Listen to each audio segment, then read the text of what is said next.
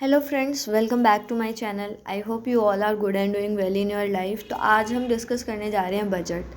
ठीक है, तो आज मैं आपके सारे डाउट्स क्लियर कर दूँगी। मतलब आपको वो बजट पूरा पढ़ने की ज़रूरत भी नहीं पड़ेगी और आपको जो इम्पोर्टेंट जो आपको याद रखना है, इम्पोर्टेंट जो फैक्ट्स हैं वो जो आपको याद रखना है वो सब आपको याद हो जाएंगे। ठीक है, इससे आपके वो सारी चीज़ें कवर हो जाएंगी। तो चलिए शुरू करते हैं यूनियन बजट। अच्छा, सबसे पहले मैं ये बता दूं कि जो बजट होता है वो कॉन्स्टिट्यूशन में आर्टिकल नंबर 112 मतलब 112 आर्टिकल 112 में मेंशन है बजट।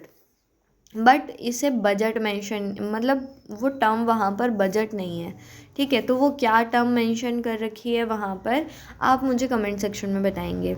ठीक है, और अगर हम बोलें कि बजट कब आता है तो बजट आता है 1 फ़रवरी को।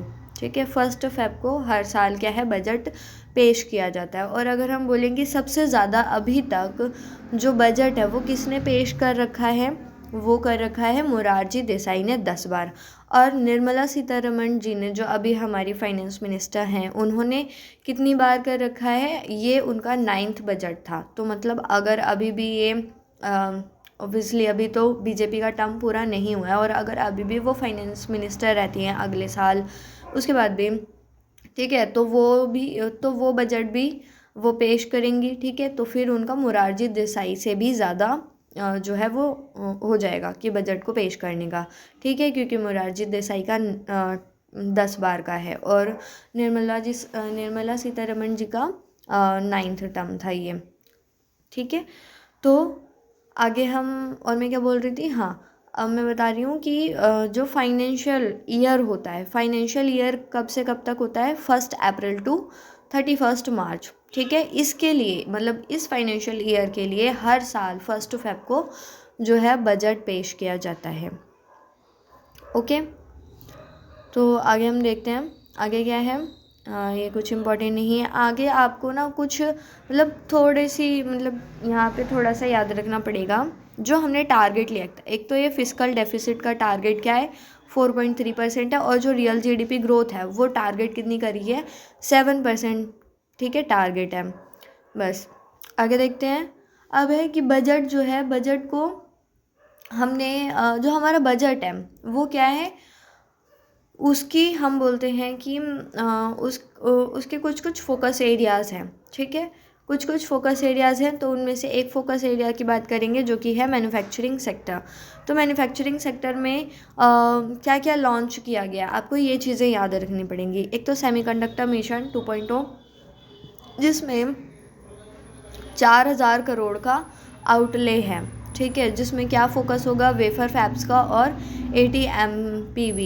ATMP का क्या है, इस पे फोकस करेंगे।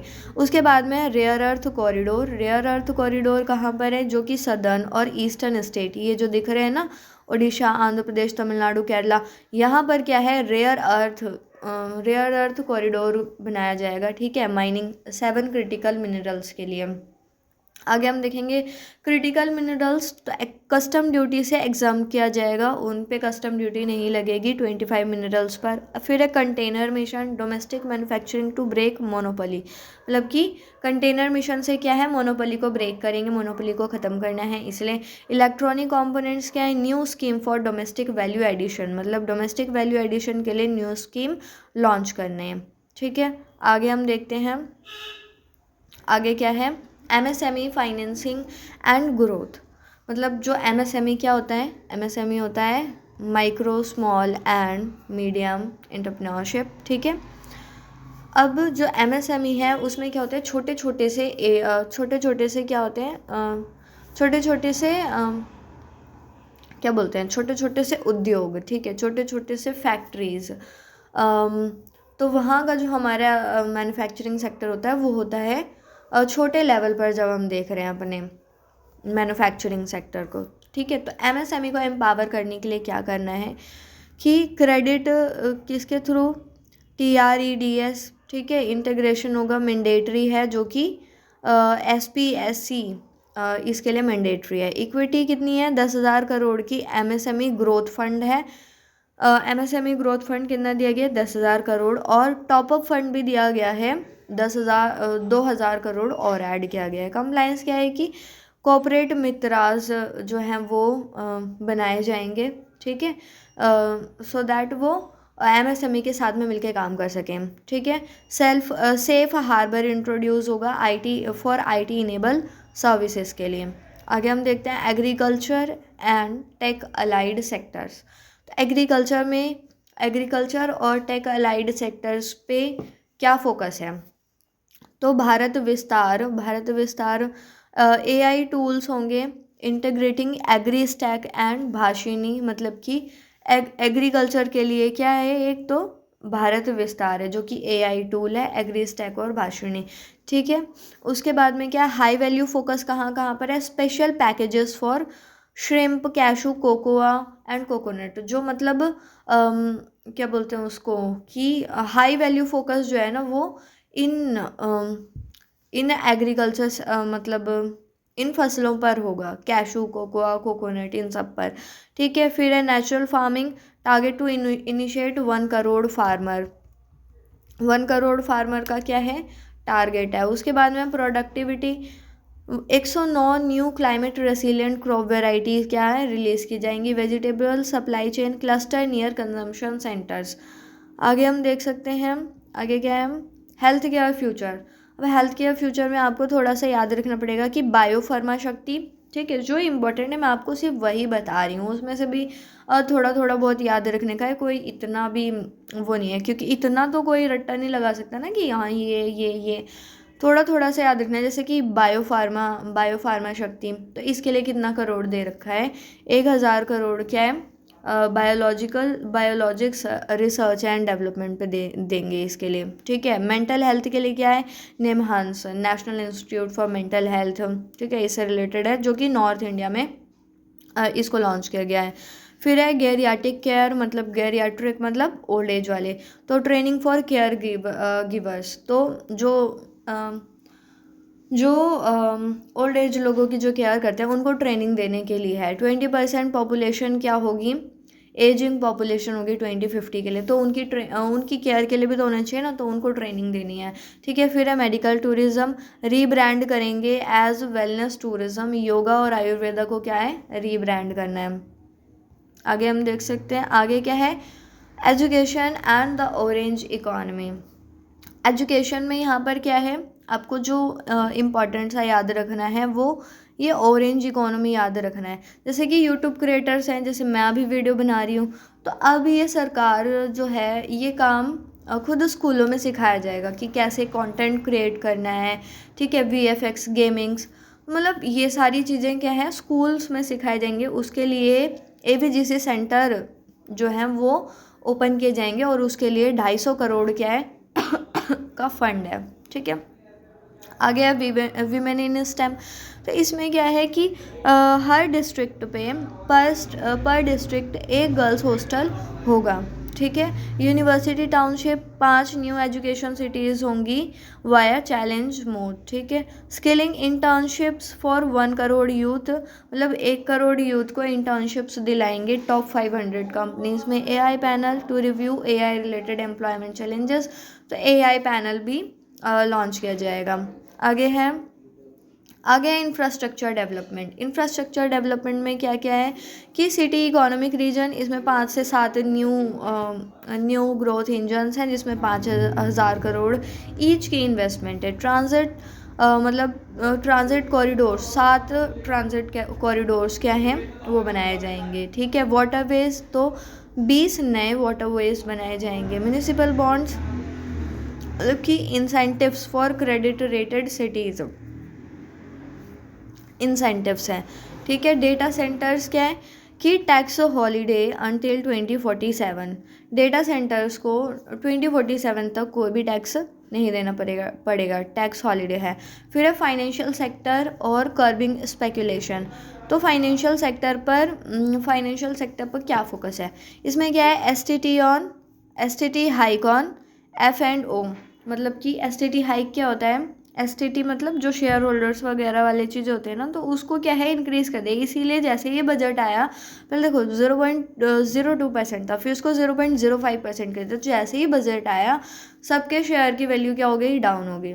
ठीक है, शेयर मार्केट एकदम क्रैश सा हो गया। ठीक है, कॉर्पोरेट बॉन्ड्स क्या है कि new market making mechanism and total return swap, इतना वो इम्पोर्टेंट है नहीं। ठीक है, बैंकिंग लॉ मतलब एक कमेटी बनेगी जो कि बैंकिंग लॉ को रिव्यू करेगी। ठीक है, फॉर विकसित भारत। आगे देखते हैं, आगे क्या है, आगे है टैक्सेशन एंड कस्टम ड्यूटीज़। तो टैक्सेशन एंड कस्टम ड्यूटी में क्या है कि जो इन्वेस्टर्स हैं उनके लिए क्या है, एंजल टैक्स के मतलब abolished for all investors to boost startups को बूस्ट करने के लिए जो इन्वेस्टर्स हैं उन पे टैक्स नहीं लगाया जाएगा। वो भी है कि अगर कोई नॉन रेजिडेंट्स जो है, जो इंडिया के रेजिडेंट नहीं है, वो कोई इन्वेस्टमेंट कर रहा है इक्विपमेंट पर किसी भी चीज़ पे, तो भी टैक्स फ्री रहेगा वो सारी चीज़ें। ठीक है, नो स्लैब चेंजेस, और इनकम टैक्स में कोई भी स्लैब चेंज नहीं करा है, बस टैक्स को वाइड कर दिया और ईजी कर दिया थोड़ा। ठीक है, आगे देखते हैं, आगे क्या है, सोशल जस्टिस एंड इंक्लूजन। ये आपको थोड़ा सा याद रखना पड़ेगा क्योंकि हो सकता है इससे क्वेश्चंस बन जाएं। क्योंकि क्या बनाया जाए, मतलब क्या है ये, कौन सी जो स्कीम है लॉन्च की गई है, दिव्यांगजन कौशल योजना। दिव्यांगजन कौशल योजना मतलब जो डिसेबल लोग हैं उनको स्किल प्रोवाइड करना, और सहारा मतलब उनको डिवाइसेस, मतलब जो उनके इक्विपमेंट होती है, जैसे अगर डेफ हैं तो हियरिंग एड जो है, ठीक है, सुनने की मशीन्स होती हैं, तो उन्हें टाइमली वो मशीन्स प्रोवाइड कराना, वो डिवाइस प्रोवाइड कराना। ठीक है, तो दिव्यांगजन के लिए ये दो हैं, दिव्यांगजन कौशल योजना और दिव्यांगजन सहारा। ठीक है, उसके बाद में ट्राइबल वेलफेयर के लिए भी क्या है, पीएम जनमन क्या है, ट्राइबल वेलफेयर के लिए उनको जस्टिस प्रोवाइड कराने के लिए है। ठीक है, women lead development, 3 lakh crore क्या है एलोकेशन दिया गया है विमेन लेड डेवलपमेंट के लिए। ठीक है, पूर्वोदय, ये क्या है, पूर्वोदय स्पेशल प्लान है ईस्टर्न रीजन के लिए, बिहार, उड़ीसा, झारखंड, इन सब के लिए।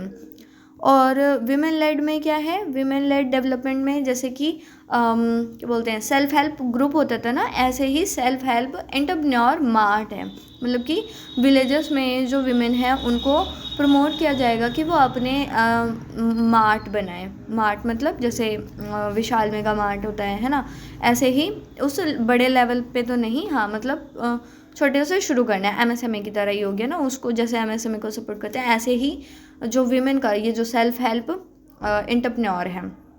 ठीक है, self help entrepreneur mart, she mart इसको बोलेंगे। ओके, आगे देखते हैं, आगे क्या है, आगे भी ऐसा कुछ है नहीं।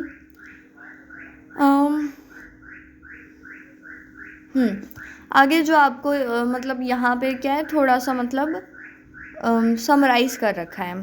समराइज़ क्या है कि फिस्कल डेफिसिट 4.3%, रियल GDP 7%। जो फाउंडेशन ये जो अभी बजट बनाया है ये किसके फाउंडेशन के लिए, 2047 को फाउंडेशन के लिए है, मतलब उसको फाउंड करने के लिए। ठीक है, और की स्कीम क्या है, सेमीकंडक्टर 2.0। ठीक है, और भारत विस्तार, बायो फार्मा शक्ति, दिव्यांगजन वाला, ठीक है, और PM जनमन, इस तरीके से ये सारी हैं, निमहंस। ठीक है, टैक्स रिफॉर्म क्या है, STT हाइक, शेयर मार्केट पर हाइक आ गया शेयर मार्केट का जो है। ठीक है, बायबैक टैक्स है, एंजल टैक्स अबॉलिश कर दिया, डॉक्ट्रिन स्ट्रेटेजिक इंडिस्पेंसिबिलिटी। आई होप आपको ये पूरा अच्छे से समझ में आ गया हो, बजट में ऐसा कुछ भी नहीं था। ठीक है, क्योंकि मेजर चेंजेस इसमें कुछ भी नहीं है बस, और इतनी कोई स्कीम्स भी ज़्यादा नहीं है। ठीक है, मतलब जो इम्पॉर्टेंट हैं, जो मेन हैं, वो मैंने आपको सारी की सारी डिस्कस करवा दी हैं। ठीक है, आपको सारी की सारी रिवाइज़ करवा दी हैं। आई होप आपको अच्छा लगा हो, और अच्छा लगा हो तो लाइक करना। Thank you so much.